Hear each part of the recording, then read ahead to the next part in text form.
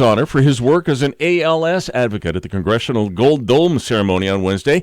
Gleason addressed those in attendance through the state-of-the-art communication technology after receiving the award. If we can work to understand and solve each other's problems and each other's pain compassionately, then, truly, all things are possible.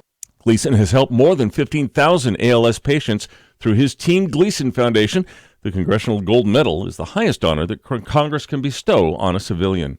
President Trump signed a trade agreement Wednesday with China that's expected to boost exports from U.S. farmers and manufacturers and is aimed at lowering tensions in a long-running dispute between economic powers. Trump said during a White House signing ceremony that the deal is righting the wrongs of the past. Wall Street loved the trade pact. The Dow gained 90.5 points, closing for the first time ever over the 29,000 mark. The Nasdaq was up 7 1/3, and the S&P 500 gave investors 6 points. Find more news and information online. Our web address is onenewsnow.com. For American Family News, I'm Steve Jordahl. Thoughts of the child you were carrying keep pouring over in your mind, and the loss is overwhelming. A deep, unrelenting sadness overshadows your days, and you wonder if you will ever feel whole again. But there is hope and healing from an abortion.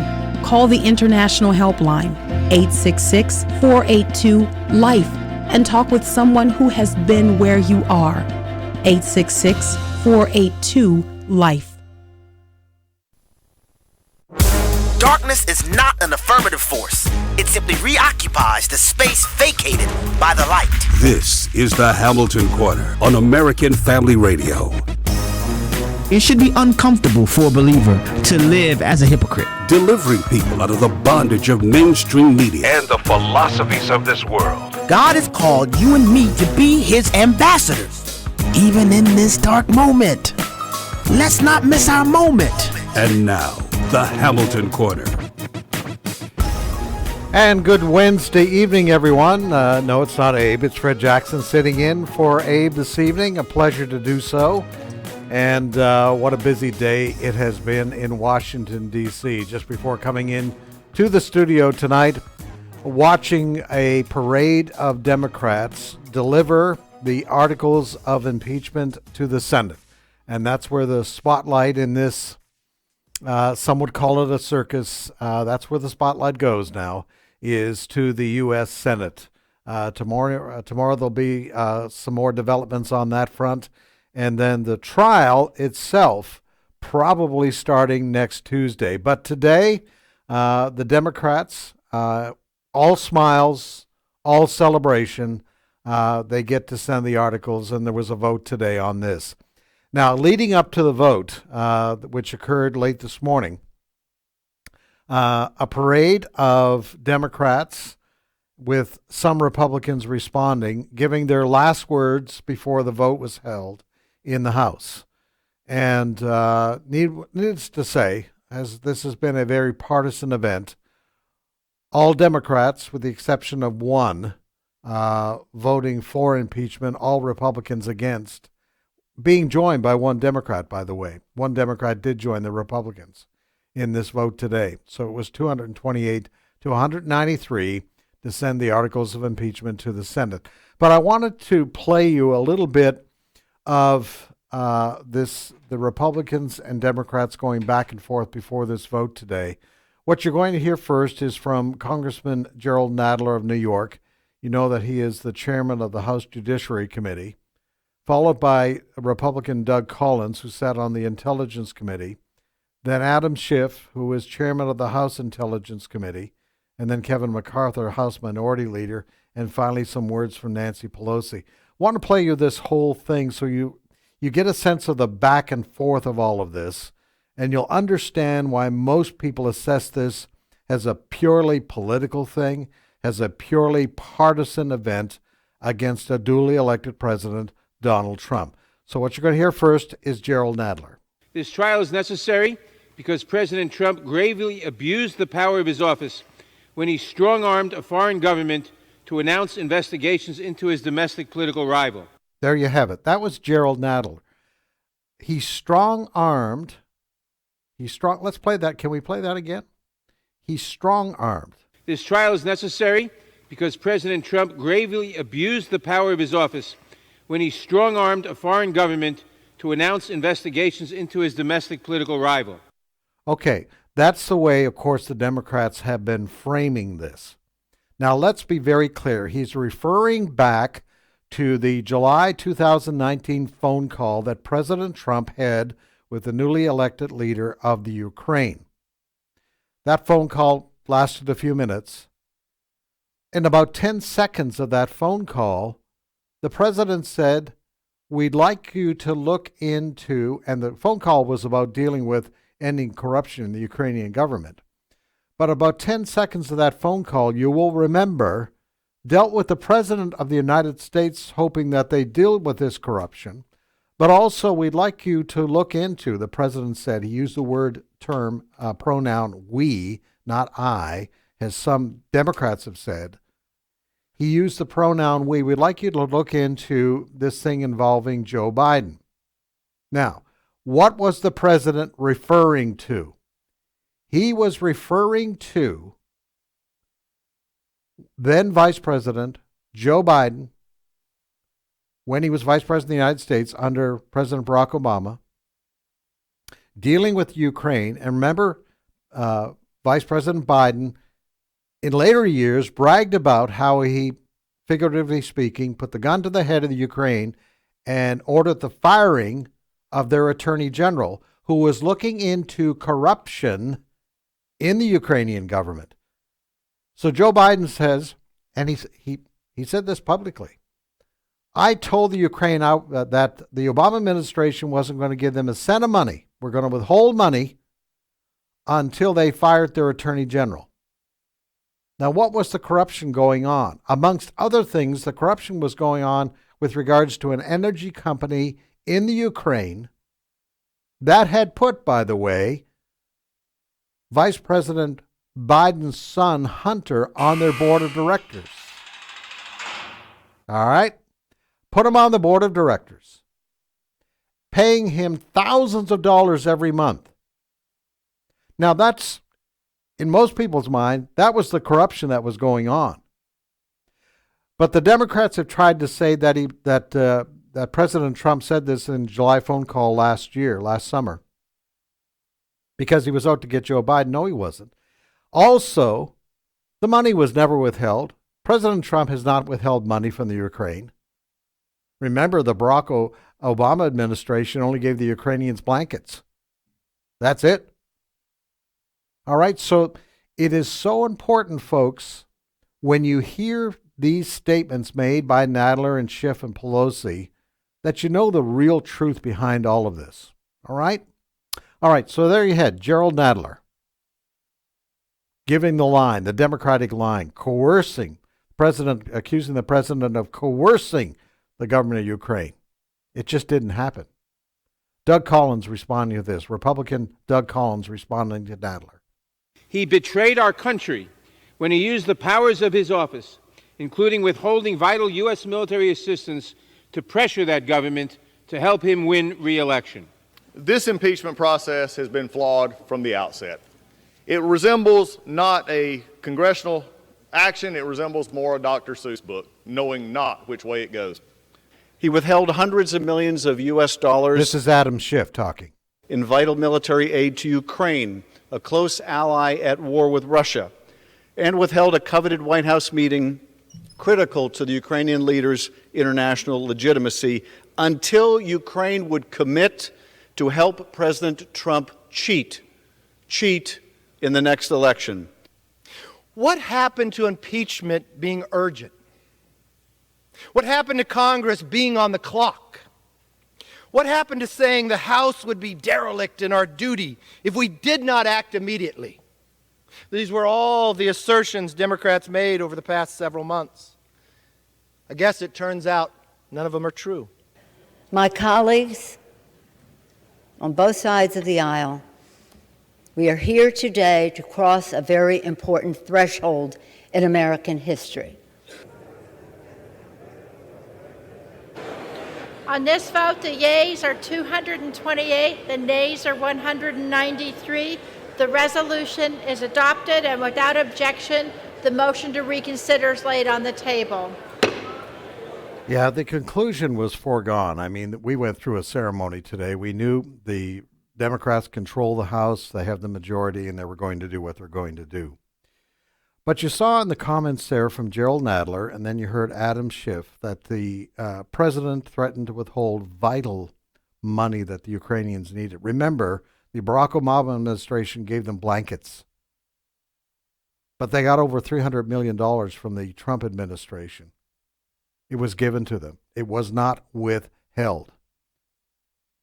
This, when you go back over this, and we have to keep reminding people, the Democrats have said from the get-go, weeks after President Trump was elected in 2016, we're going to impeach him. About 3 years before the phone call in July, which is what they based their impeachment on. They've been talking about this for years.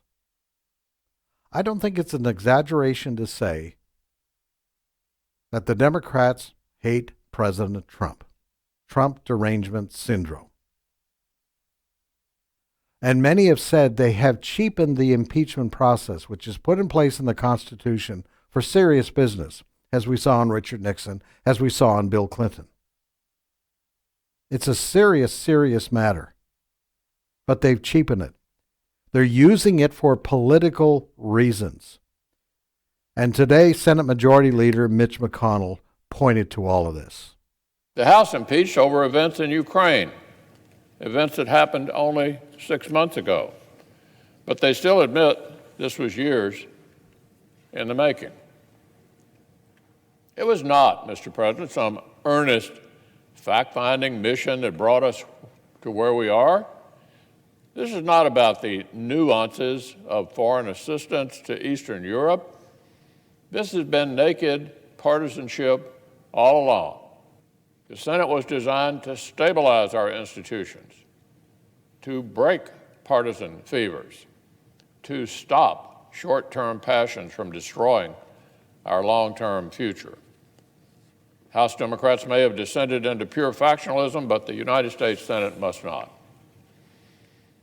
This is the only body that can consider all factors presented by the House, decide what has or has not been proven, and choose what outcome best serves the nation. This, Mr. President, is what we must do. Yeah, it'll be a different atmosphere in the Senate, that is for sure. The trial. We probably are going to hear some witnesses from both sides. But the Republicans are going to, if they give in to this demand from the Democrats to have witnesses like John Bolton, the Republicans are going to demand their own witnesses. Maybe Adam Schiff himself, who is going to be a manager, one of the managers for the Democrats in this trial. They may ask for Hunter Biden to come in and testify about what he was doing as a member of the board of directors of this questionable energy company in the Ukraine. So let's see what happens there. But I think you're going to see the at least appearance of a real trial. What was President Trump doing today? Was he worried about all of this? No, he was doing the nation's business. He was signing the first phase of an historic China trade agreement. This is what the president was talking about for the American people. This is a very important and remarkable occasion. Today we take a momentous step, one that has never been taken before with China, toward a future of fair and reciprocal trade as we sign phase one of the historic trade deal between the United States and China. Together we are righting the wrongs of the past and delivering a future of economic justice and security for American workers, farmers, and families. So there you have it. Economic justice is what the president called this today. Finally getting this deal with China. Let's just review. So basically for the last 3 years, the Democrats have been out to get Donald Trump. Democrats have confessed to that. They want impeachment. This has been their thrust. In the meantime, what has President Trump done? The stock market today closed at over 29,000. That's because of his business plans. He's reduced taxes for the average American. He's worked to secure our southern border. He has moved the U.S. Embassy from, as he promised, from Tel Aviv to Jerusalem.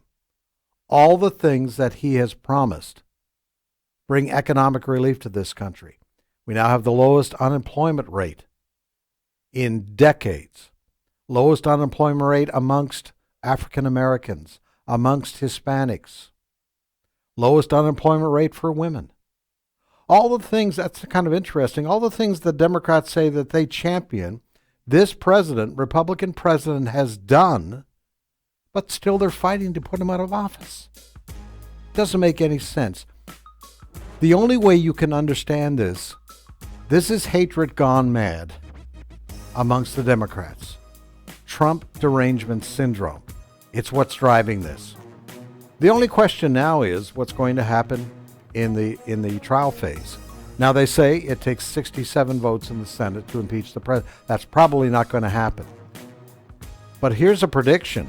If the Democrats don't get what they want in the Senate trial, they'll think of other ways to impeach the president. This thing could go on and on. Why not let the American people decide for themselves in November? You're listening to the Hamilton Corner. Much more ahead on this Wednesday, the 15th day of January. Fred sitting in for Abe. Stand by. We have much more ahead.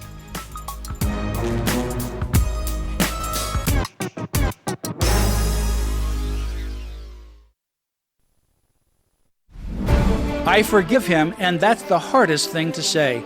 Hi, I'm Matt Staver with Freedom's Call. Those are the words of Tiffany Wallace, the daughter of one of the victims in the recent shooting at the West Freeway Church of Christ in Texas. More than 240 parishioners were gathered inside the church when a gunman began firing. He shot 2 people before the security team drew their own weapons and killed him. One of the 2 victims was Tony Wallace. Tony was a father, grandfather, husband, church deacon, and a nurse. And through the power of Jesus Christ, Tiffany can now truly forgive the shooter. She misses her father, but she says, I know my dad is up there with his sister, his parents, in a wonderful place, and he's not in pain anymore. He's just in peace now. I know he's in good hands. Forgiveness changes lives and heals hearts. Stay informed at Liberty Counsel's website, lc.org. Thanks for listening to AFR. I'm Tim White. Bro, no way that just happened. Yeah, this radio is old, man. Wait, you have Roku, don't you? Yeah, but how's that gonna help us? Dude, AFR's on Roku now. Oh, seriously? Yes, where's your remote? All right, here we go. We're in the same... You are a genius. Oh, yeah. American Family Radio. Available on Apple and Android products, Amazon Alexa, and now available on Roku. Congratulations! Chick-fil-A has responded favorably to a letter from AFA and more than 116,000 supporters who signed our petition. Company CEO Dan Cathy says Chick-fil-A inadvertently discredited several outstanding organizations when they changed their charitable giving last November. The restaurant stopped giving to some Christian organizations in favor of groups with a more worldly viewpoint. While their response is encouraging, we hope Chick-fil-A does not stray any further from their godly values. Brian Fisher here with today's Life and Liberty Minute. Homelessness is a massive problem in America. What's the solution? The first step is to get government out of the way. Government has been throwing billions at the problem and things are no better. The problem should be handed over to faith-based nonprofits supported not by tax dollars but by the generosity of kingdom-minded people, just as the Good Samaritan helped the victim he found with money from his own pocket. Such organizations will provide shelter, but most importantly, help people get right with God and accept responsibility for their own lives. Then we must again allow people with chronic mental illnesses to be placed in faith-based facilities designed for the purpose, even if it is against their own will if necessary. It won't be easy, but bringing Christ into the mix will be far better than anything that we are doing now. Catch Brian Fisher on Focal Point, weekday afternoons at 105 Central on American Family Radio.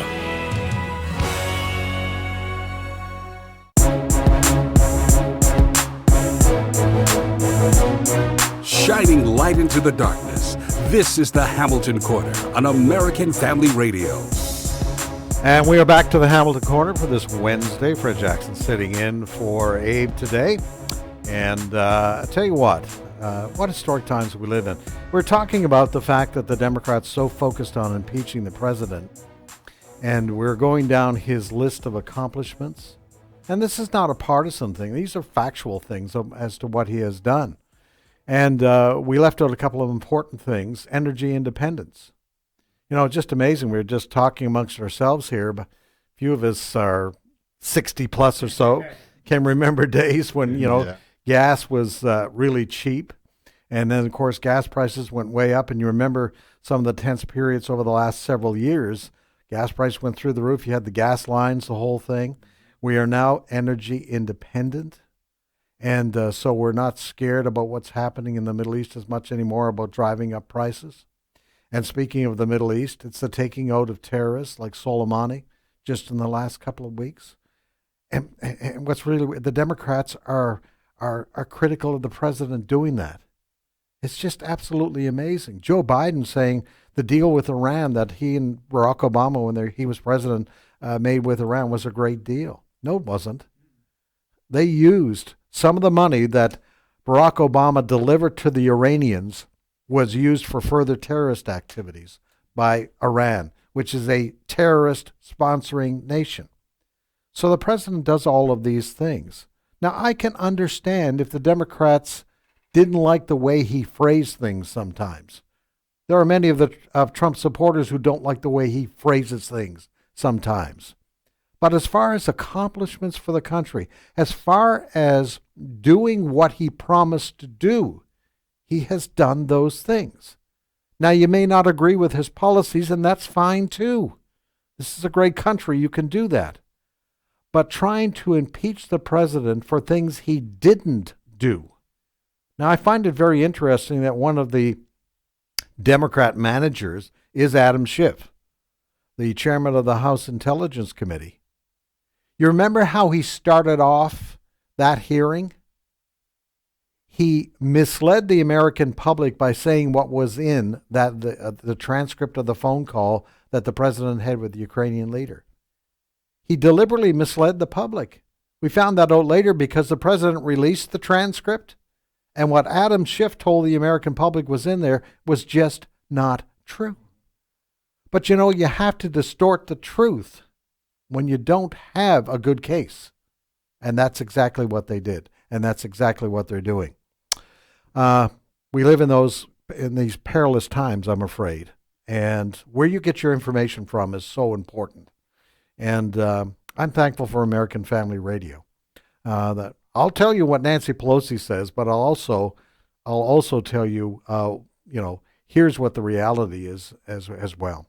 All right. You know what? One of the things that people are talking about, particularly in the southeastern United States, is we're having a real warm winter. I got my energy bill the other day, and it was half as much as a year ago because the weather's been so warm. And a lot of people may say, praise the Lord, it's really warm. But it has also led to some horrific weather that we don't normally see until later on in the spring of the year. When you're talking 65, 70-degree temperatures, you're talking about the potential for tornadoes and really bad weather. And that has been the case. Last weekend, at least 9-10 people died because of the bad weather that went through the southern states. And now a lot of people need to recover from that. A lot of homes destroyed, trees falling on homes, damage done. And we're so thankful, as always, for groups like 8 Days of Hope, who come in and help folks out. And the head of that group, 8 Days of Hope, is Steve Tiber, and he joins us on the line right now. Steve, good afternoon. Hey, brother, good afternoon. Happy New Year. Happy New Year to you, too. Always busy. You never stop. There's so many places in the country still suffering from things that have happened over the last couple of years. But right now, your immediate focus is on a new front in this effort to help folks recover from bad storms. And that's in DeSoto County, which is in the northern part of Mississippi, up against the Tennessee border there near Memphis. Tell us a little bit about what's going on there. Yeah, Fred, you're right. Last weekend, a couple tornadoes went through DeSoto County. So if you know where Memphis, Tennessee is on the map. Within about 15, 20 minutes southeast of Memphis, a town called Olive Branch. Two tornadoes had two different paths. Some of our leaders showed up today. We're setting up camp. We'll start welcoming volunteers tomorrow, but we'll be there for a little bit over 2 weeks. If you know how to operate a chainsaw or pick up debris, we have bobcats and bucket trucks up there. But this is a perfect opportunity for those who might feel like they're not skilled and they can't build something.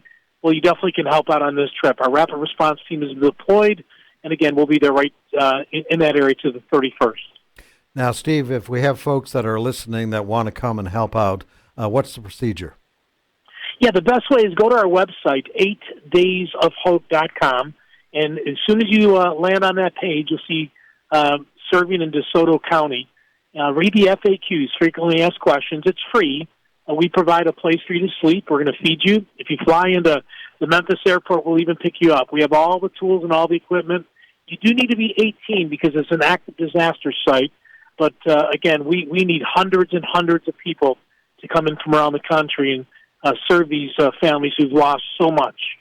Steve, what kind of reaction do you get from people who have felt these disasters, who have experienced these disasters? What kind of reaction do you get when you go into these areas with a team of people that are there to volunteer to help out? People are in shock because think about it. Like today, our leaders were assessing homes. The volunteers will start serving tomorrow. And the gentleman, asked our volunteer, why would you come here? You don't know me. You don't live here. You live in another state. He had a chance to share his testimony on how he met the Lord, and sure enough, right off the bat, this gentleman we were serving, this family we were serving, prayed to receive Christ. And they're in shock. They're glassy-eyed. Just think about it. 3 days ago, to no fault of their own, they've had all this damage. They're waiting for insurance companies to come if they have the right insurance. And as you know, anytime you go through a disaster, there's so much heartache. You lose pictures and belongings and keepsakes. We're just there to be the hands and feet of Jesus and serve these families and let them cry on our shoulder as well. All right, Steve, just thank you so much. Once again, just before we let you go, tell the folks what they need to do if they're available to go over and help over the next couple of weeks. Yeah, you volunteer right on the website, 8daysofhope.com. Click on Rapid Response or the landing page. Keep up with us on Facebook, Instagram, and Twitter. And again, we'll be accepting volunteers today, right now, and we'll be there until the 31st. Thanks so much, brother. All right, Steve, take care. We thank you so much. Thank you for what your ministry does, and we're just happy to partner with 8 Days of Hope on these and these situations occur. And unfortunately, they occur frequently in our country, and I think it's happening a little earlier this year because of this warmer weather. And so we're thankful for 8 Days of Hope. There you have it. Go to their website, and if you're available to go over, if you're living somewhere in the southeastern United States, can drive there. DeSoto County, once again, is just in northern Mississippi, just below Memphis, Tennessee. Fly into Memphis if you're from another part of the country. Drive to DeSoto County and be able to help some folks out there in that area. Olive Branch, in particular, hit by a couple of tornadoes last weekend. And as Steve has mentioned, go and be the hands and feet of Jesus Christ and help out. And what a wonderful example of what happens in these situations, these disaster situations. People want to know why you come to help me. Gives them an opportunity, these volunteers an opportunity to give their testimony. And as Steve just told us there, this man today receiving Christ as his Savior. Eternal benefits in all of this, folks. And we just thank the Lord for that opportunity. All right, on to more news. Last night, the president was in Milwaukee, and once again, he was all fired up. Had a big crowd there. A more subdued event last night was the Democrat debate, the latest Democrat debate. And now I did not stay up and watch this. Didn't start till 9 o'clock Eastern, 8 o'clock Central, so almost past my bedtime there. But I came in to work this morning and was listening to some of the analysis on the mainstream media. And let's face it, they're very friendly with the Democrats. I mean, they're hand in glove. But these analysts were expressing dismay and I'm paraphrasing here, at how boring that debate was last night. And so let's listen to a little bit of that, of what these analysts on various mainstream networks were saying about that debate last night. It'll be cut number 4. I will say this, as someone who would like to see Donald Trump defeated, I want this race to get tougher. How is this party going to beat Donald Trump, in your view? Well, it's going to be really hard. One of the things that I have a great fear of is I think people see his approval ratings and they assume that he's going to be easy to beat. He's not. I want to say that tonight for me was dispiriting. The Democrats got to do better than what we saw tonight. There was nothing I saw tonight that would be able to take Donald Trump out, and I want to see a Democrat in the White House as soon as possible. There was nothing tonight that, if you're looking at this thing, you say any of these people are prepared for what Donald Trump is going to do to us, and to see further division tonight is very dispiriting. So there you have. Those are friends of the Democrats. All right, those aren't Republicans. Those aren't your conservatives out there. Those are friends of the Democrats. And they're looking at this field. So who was on stage last night? Well, of course, you had former Vice President Joe Biden. You had Bernie Sanders, Senator Bernie Sanders. You had Senator Elizabeth Warren. And you had Pete Buttigieg, recently a mayor, but not a mayor anymore, open homosexual.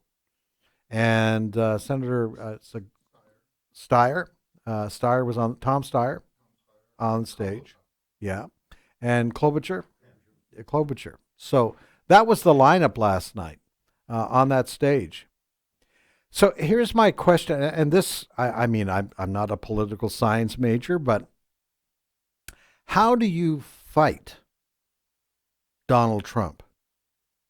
How do you go to the electorate, given what the Trump economic measures, just that one thing? How do you go out to the American people and say the fact that the unemployment rate is at its lowest level in decades, and then attack the president for that?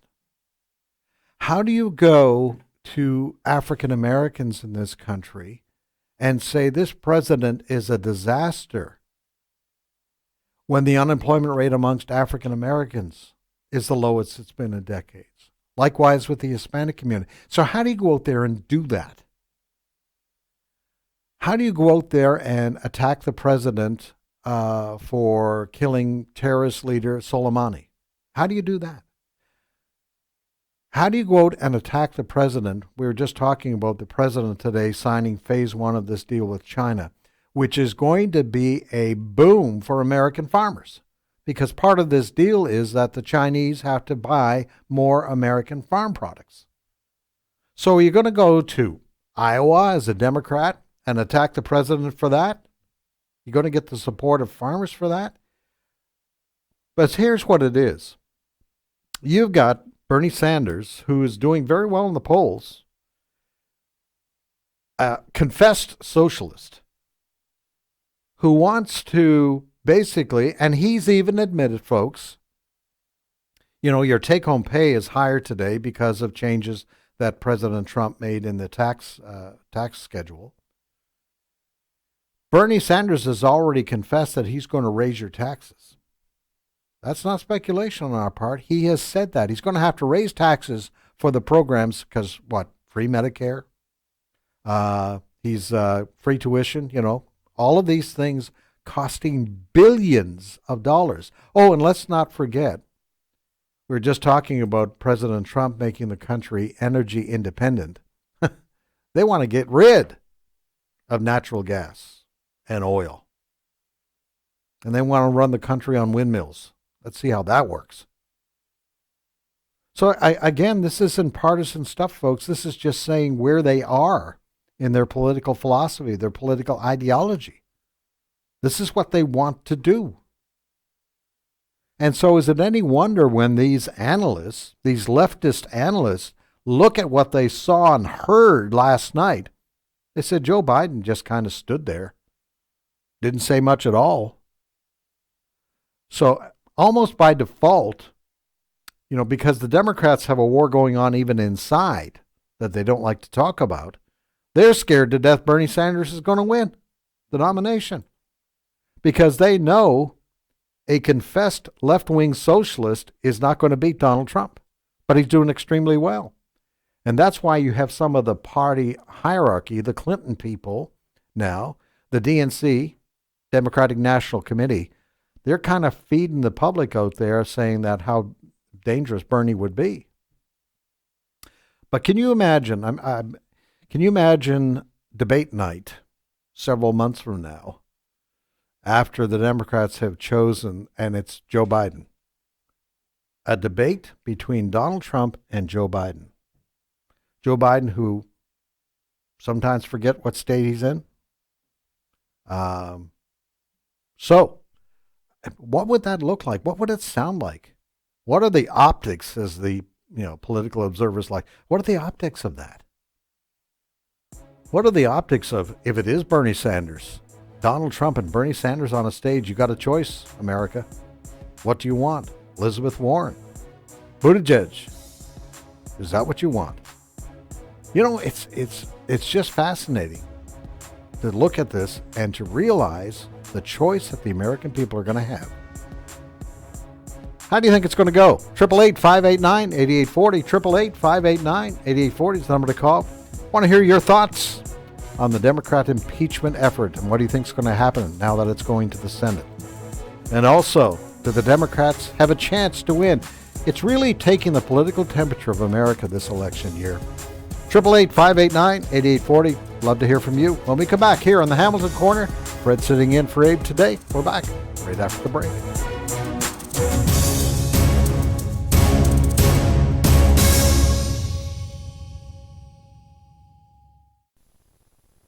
Hey, want to go shopping later? Yeah, sure. Where do you want to go? Oh, we can go to JCPenney's, Belk, Target. Whoa, wait. I was with you until you said Target. What's wrong with Target? What's wrong with Target? You mean besides the fact that they have an open door policy that lets men into women's restrooms, that Target? Wait, what? Exactly. As a matter of fact, before we go, grab your laptop, go to afa.net, and sign the pledge to boycott Target. Okay, I'm on it. Have you been looking for a way to serve others? Are you able to serve in a ministry without being paid? You and Friendships might be the perfect match. Friendships is currently taking applications for volunteers providing aid to disaster victims, refugees, and the impoverished, both here at home and around the world. Get more information at friendships.org or by calling 337-433-5022. 8 Days of Hope needs volunteers to help families hit by tornadoes in DeSoto County, Mississippi. Efforts will continue through January 31st. Visit 8daysofhope.com to let them know how you can help. Here's 8 Days of Hope President Steve Tiber. We're looking for people who just want to serve others. You don't have to be super gifted. Every disaster gives an opportunity for a believer to share a glimpse of Jesus Christ. On a moment's notice, your life can change. And you don't know what to do, and all of a sudden you get a knock on your door, and there's a dozen volunteers that have come from all over the country, and homeowners usually, they just start to weep. They're so blown away that volunteers they don't even know would come to their house to help them. That's the hands and feet of Jesus Christ. Volunteers must be 18 years or older. Food and lodging are provided. Come help tornado victims in DeSoto County, Mississippi. Learn more or sign up at 8daysofhope.com. Hello, Americans. I'm Todd Sarnes with news and commentary next. Liberty University is preparing students to enter a competitive job market. They have a low student-to-professor ratio, a caring Christian faculty, and more than 550 programs of study, ranging from undergraduate certificates to doctoral degrees. As the largest Christian university in the world, Liberty continues to establish itself as both a leading liberal arts university and an institution dedicated to the Christian faith. Learn more at liberty.edu. That's liberty.edu. Leftist snowflakes across the fruited plain suffered a meltdown after video surfaced showing Hollywood actor Vince Vaughn shaking President Trump's hand at the college football championship in New Orleans. On a side note, go Tigers. Former Deadspin employee Timothy Burke shared the video on Twitter showing the actor laughing, smiling, shaking the president's hand. In other words, he was behaving as a normal human being would behave in such a social situation. But the social media world exploded in rage. There are some people who literally want want to destroy Vince Vaughn's career. There's a name for what the left is trying to do. It's called cancel culture. Remember when Ellen DeGeneres faced backlash when she was photographed sitting down with former President George W. Bush at a football game? In other words, you can't be friends with so-and-so if so-and-so doesn't share your politics. It's childish. And by the way, if you get triggered by someone shaking the president's hand, you're the one with the problem. I'm Todd Starnes. The Hamilton Quarter podcast and 1-minute commentaries are available at afr.net. Back to the Hamilton Quarter on American Family Radio.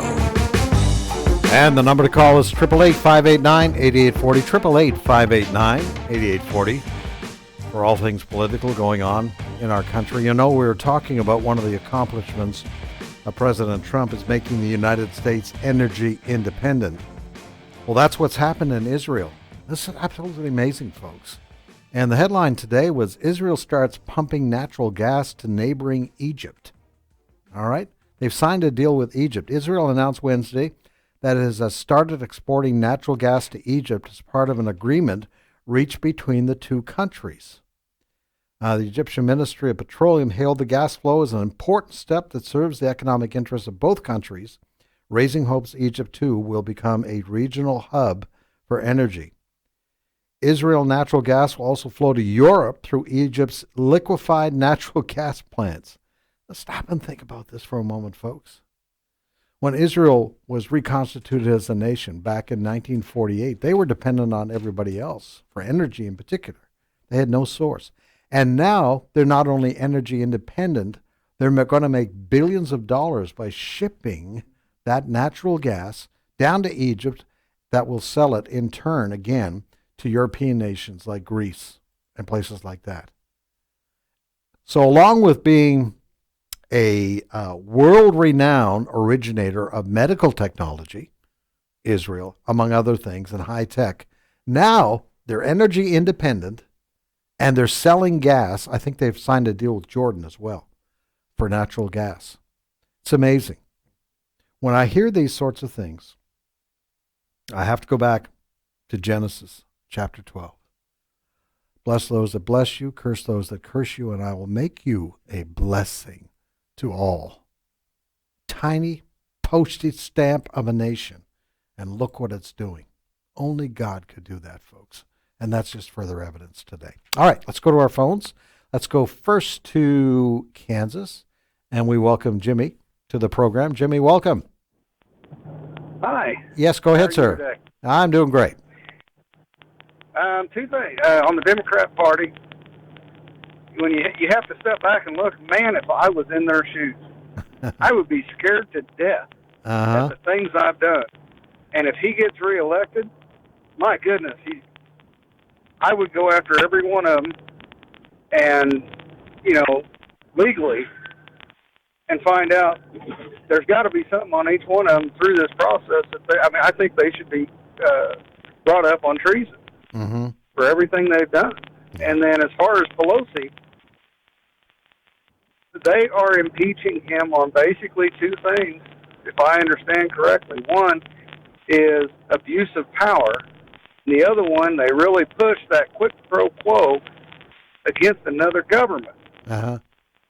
Well, Nancy Pelosi, if I understand correctly, told the Democrats that if you don't get on board, you're going to lose your Democratic backing. And then also with what they're doing to try to limit his power with the military, that, to me, is an abuse of power. I think she should be,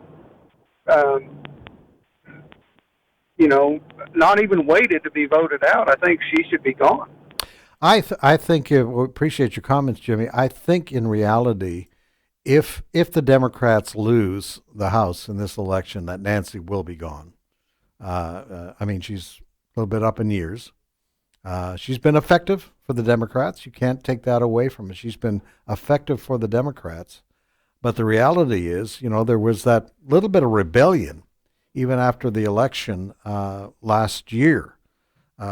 In there was 2 years ago, there was a bit of rebellion that occurred within the camp, but she was able to quell that. But she's a very powerful lady in Washington. And, of course, the Democrats always have the aid of the mainstream media, and that bias in favor of the Democrats and against Republicans has exploded. It was always there, but it has exploded since Donald Trump became president. So we'll have to wait and see what happens.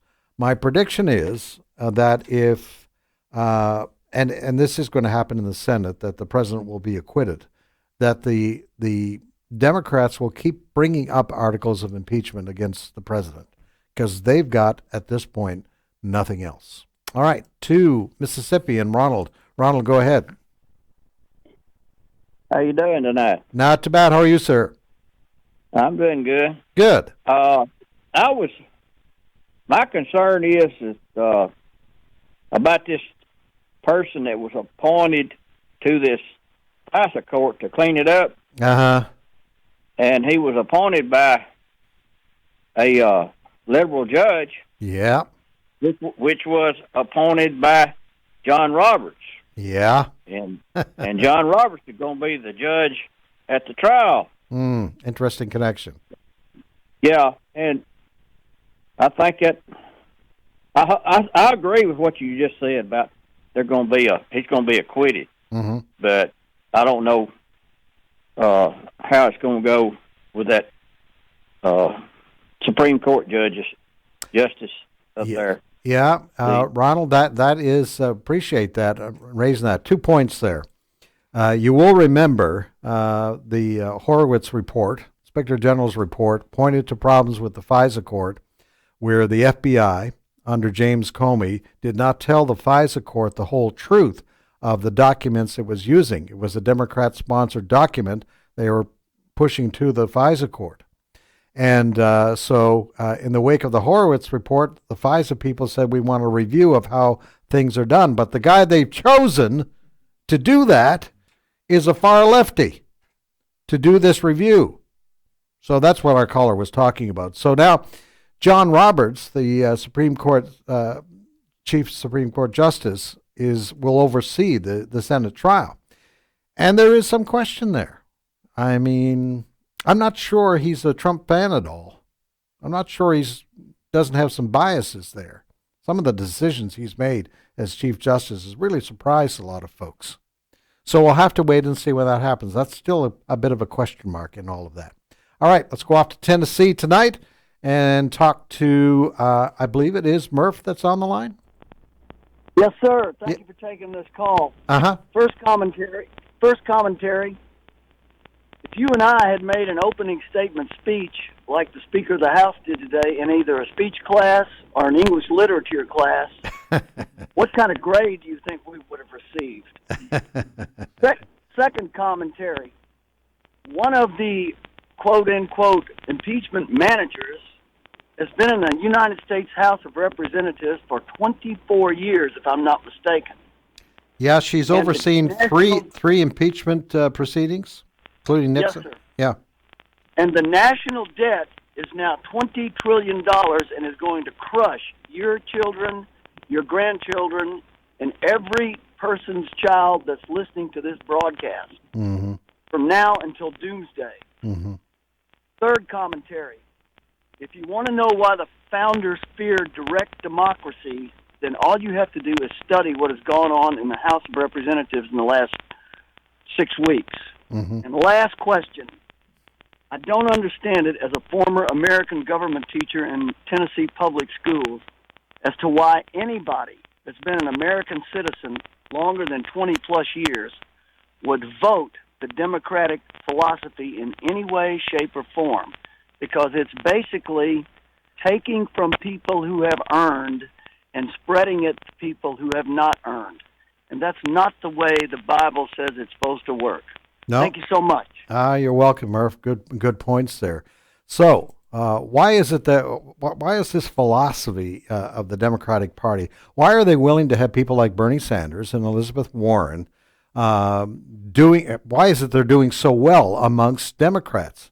Well, there's a reason for that. Because one reason is our education system for the last 30, 40 years has been grooming people to accept socialism. And socialism in their minds is the answer because they say capitalism is evil because all the money is in the hands of a few people. No, that's not true at all. And the proof in all of that is looking at nations like Venezuela, looking at other socialist nations and finding out, hey, it doesn't work. Socialism does not work. But if you have been indoctrinated from your public school days and then go off to university, where this is the accepted way of doing things, and you're told that over and over and over again, that capitalism is evil and socialism is the way to go, then you just believe it. You keep trusting those university professors. You keep trusting those economic professors who are against. And that's one of the reasons Donald Trump is hated. He's a capitalist. He understands when you take the strings, the straps, the binding off of corporate America grows. And when corporate America grows, it creates jobs for people. And the more job opportunities there are, then there becomes a competition for the best employees.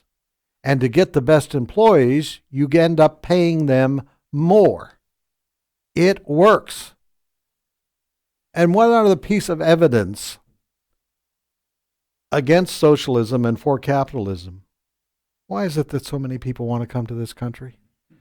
If capitalism is so evil, why aren't people fleeing this country to go to a socialist nation? It's not happening. They're crying from socialist nations to get into this country for opportunities. Because here's the other thing with capitalism. If you work hard, you invest the time and money, you can start your own company. Competition. It's what makes it great. Instead, what socialists want is more and more people to be dependent on the government. If you've heard my testimony from time to time, I came to this country over 20 years ago from Canada. Canada's a socialist nation. I grew up in an area that in the wintertime, 50% unemployment. People live off the government. I used to see lineups of people outside the bank on that day of the month when they get their checks from the government. Is that what you want in America, that kind of socialism where the government controls your health care completely because there's no other option? Is that the kind of thing that you want? I'll tell you what, that's the difference, and that's why we've been talking about that this election is so important, folks.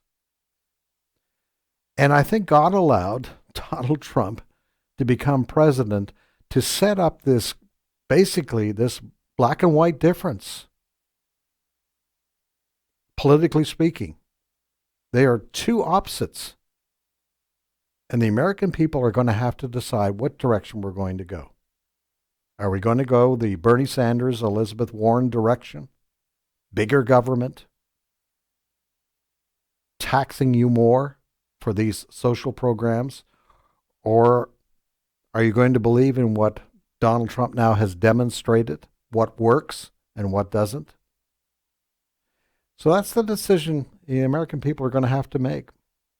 And I honestly do believe that in the middle of the country, they understand what Donald Trump is doing is what's good.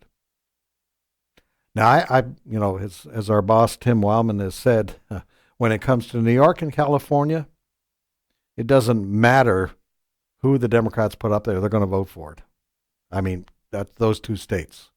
They are the far, far left. But I think if you look at the last election, what happened was what candidate Donald Trump, I'm talking about 2016 election, what candidate Donald Trump put out there was opportunity. Opportunity for things to get better for you, for middle America, for middle class America. But that opportunity comes through a successful business climate, and that's what we have today. So there it is. You can't put it out there any plainer than that. America's going to have to decide, and we'll have to wait and see what happens. But what we're going to do in the meantime is be here, get the truth out, what's happening out there. Can't trust the mainstream media for that today. For the most part, they are Democrat Party cheerleaders. We're not cheerleading anything here, folks. We just want you to know what the truth is. You will decide come this November on what direction the country is going to go. Been great to be with you today. Fred sitting in for Abe today here in the Hamilton Corner. Much more great programming ahead, as always, here on American Family Radio. Hey, it's been a blessing to be with you. We hope that we have been a blessing to you today, and we'll continue to do so. Have yourself a great evening. Bye for now.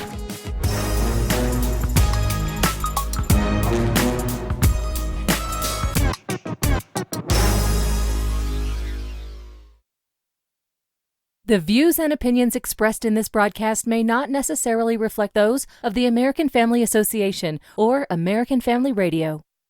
Faith, family.